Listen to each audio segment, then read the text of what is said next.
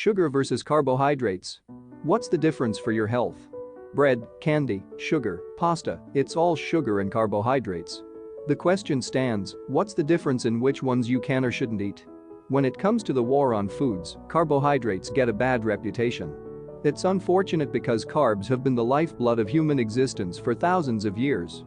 Why do people now think that they're bad for them? The reality is that carbs themselves are not bad. It is the processed, sugar-rich carbs that provide the bulk of bad news in your diet. Here's the thing, sugar is a nutrient that tastes great, but it is entirely non-essential in our diet. Most unprocessed carbohydrates, fruit, vegetables, will contain a plentiful supply of glucose and fructose to provide energy to the body. There's no need to consume pure sugar. Processed sugar will provide you nothing but inflammation of the cardiac muscle, arteries, and many other systems that is entirely unnecessary. So, how do you tell the difference between good sugar and bad sugar? Stay away from processed foods. Processed foods really are the worst thing for you. Yes, they're easy to consume and very tasty, but if you are concerned about your health, this is an area that's important to pay attention to. Foods with processed sugar come in many forms, such as cereals, yogurts, high in lactose, and other sugar, and pastries. Even some processed meats have sugar-rich sauces on them. If you'd like to cut down on sugar, avoid foods that are overly processed.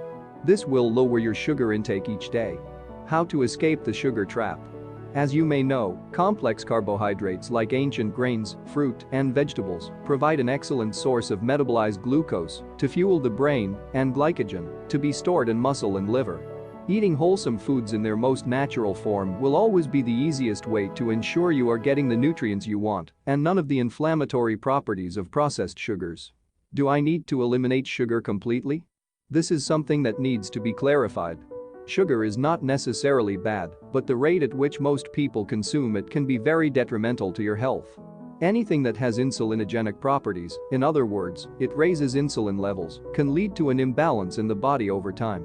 High sugar foods are not only addictive to the body and brain, but they also cause massive surges in insulin levels. The secret? Consume fiber. Fiber has a unique property that not only limits inflammation, but also relaxes insulin levels.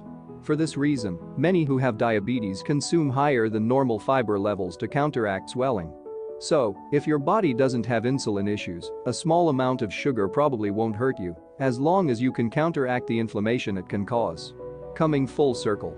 The main difference between sugar and carbohydrates is the fiber content and the right nutrients it provides. Sugar provides only a brief burst of energy. In contrast, a complete carbohydrate, oats, for example, provides an excellent source of vitamins, minerals, fiber, protein, and healthy carbohydrates that are metabolized into glycogen. Keep it simple and limit your consumption of processed foods, and you will see a significant difference in your body composition, strength, and energy levels.